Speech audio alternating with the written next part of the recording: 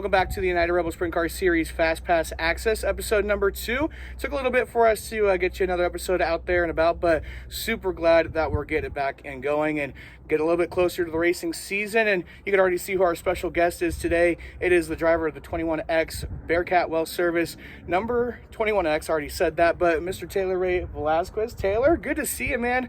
You're stepping away from the oil rigs for a minute to come up and talk to us, but man, nice day out here at Dodge City Raceway Park, and this is kind of your original stomping grounds. How does it feel to be out here in the grandstands kind of for the first time? You're used to being out there on the track dominating all the time. Oh yeah, shoot, yeah. I'm just it's always great to be back in Dodge City, especially at the racetrack. Yeah, absolutely. Last season, you kind of capped off Dodge City Raceway Park's season with a huge win for you. Not the way you expected to come through the start-finish line as they were wrecking in front of you, but this track has always been special to you and your family. Talk about that a little bit and why Dodge City has always just kind of been deemed as your home track. Shoot, it's just the people here. People here have always been great. We've always had just good car setups, it seems like. Really comfortable up against that fence, even when we were, back in the before 2010, probably 2009, 2008 area, whenever we first started.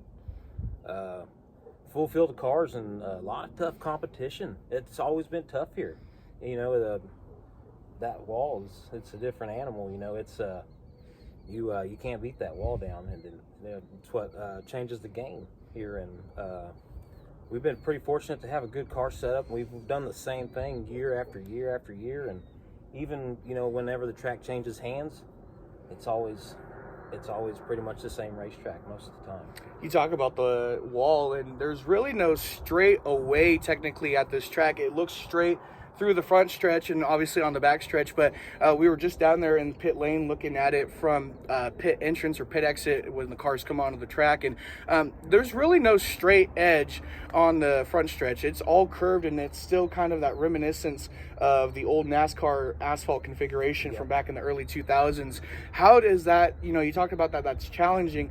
As a driver for a sprint car, you are always battling the car to the right, it seems like. So in those moments, it could always feel like it snaps loose. Talk about some of the different aspects and some of the different challenges that this track presents as we get ready to kick off the 2024 season here at Dodge City Raceway Park with the Sprint Car Nationals. Well, I've been telling some guys, been talking to some new faces. I always say, well, every time we go to Dodge, it's almost a different racetrack every time. So if you can run the bottom, that's great. If you can run the top, that's great. It's probably going to be up there for you.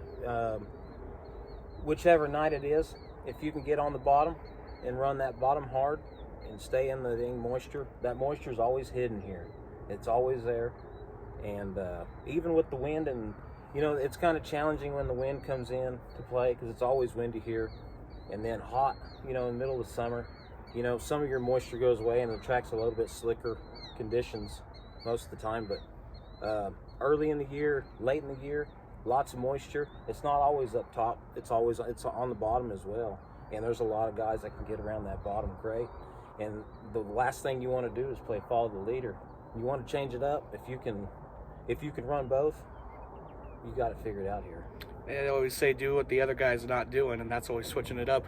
Taylor, you look at your career with the United Rebel Sprint Car Series, started when you were really just a teenager, and the career you've had, 15 United Rebel Sprint Car Series victories. You've had more sprint car wins, obviously, with other series or non-sanctioned events, but, looking at what you've been able to accomplish within your career in this lifespan, you're still very young. You have quite a bit of a career left ahead of you.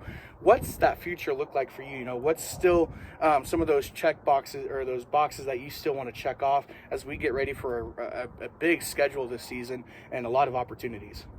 I'd like to have a United Rebels championship more than anything right now. It's always I've ran it 3 times, and I think the best we've done is 3rd in it, and that's a tough deal. There's always been a tough group of guys in it, and even a win at Hayes would be great. I've been 2nd there probably a handful of times, and that's a tough place to get around too. And it's almost the same kind of setup as we got here. They have. You just don't have the protection of the outside wall. Yeah, exactly. But another tough place, and Like you said, we still got a lot of racing to do. Racing's everything. Belleville 305 Nationals, obviously. Belleville, that's a tough joint too, and there's a lot of winning to be done for sure. Absolutely. It's not just a one-man band. Obviously, you're not some solo gig. You have a lot of people that kind of support you and help you and cheer you on throughout all the seasons that you've been racing. Talk about what it all takes, and really some of the people that don't get recognized back in the background for you in that race team, because there's a lot of things, a lot of people, and a lot of elements that go into making that car go around for 20 laps every Friday or every Saturday night.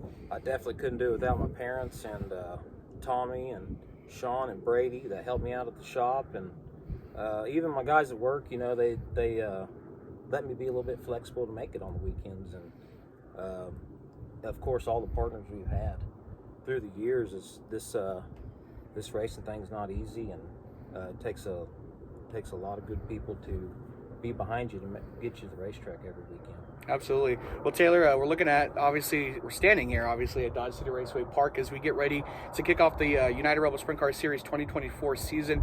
And it's a 2-day event here at the track. It's going to be the inaugural DCRP IMCA Race Saver Sprint Car Nationals. Long title there. But $5,000 to win. You don't see that often, that kind of prize money for a 305 Race Saver Sprint Car. What do you think this is going to do as far as economically for the city of Dodge City, and more importantly, bring people more interest into the United Rebel Sprint Car Series? There's a lot of things. There's going to be some good drivers here. Yeah. And hopefully the weather's cooperating with us. And I know running a race in April is a little tricky. Yeah. Can be, I'm sure. And there ain't much going on at the beginning of April, so we should have a good car count. And we need all the race fans we can get to come support this deal. And yeah, it helps the city of Dodge. I mean, Dodge City has lots of great entertainment. The nightlife here is awesome. It's always been good to me. I love coming out to Dodge City on the weeknights or weekends, whatever, and especially in the off season. There's lots of great things to do here, and this racetrack's super clean.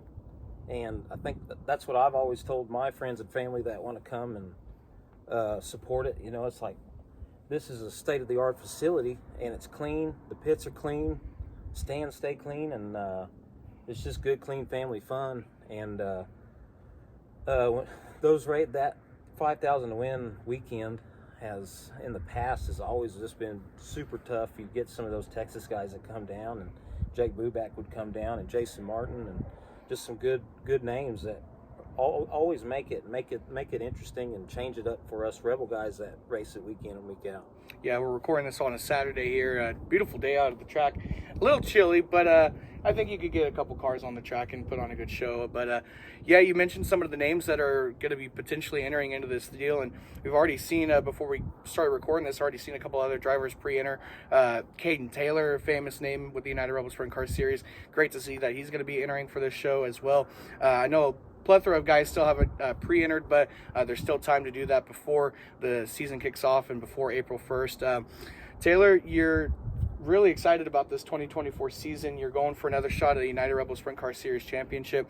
You started your season a little prematurely with the Oil Capital Racing Series. You guys ran down at Red Dirt Raceway earlier or last week. But, talk about trying to do all these different opportunities and run all these different races that really kind of help you to stay consistent through really what's kind of important in your mind right now, winning that championship at the end of the year. Seat time.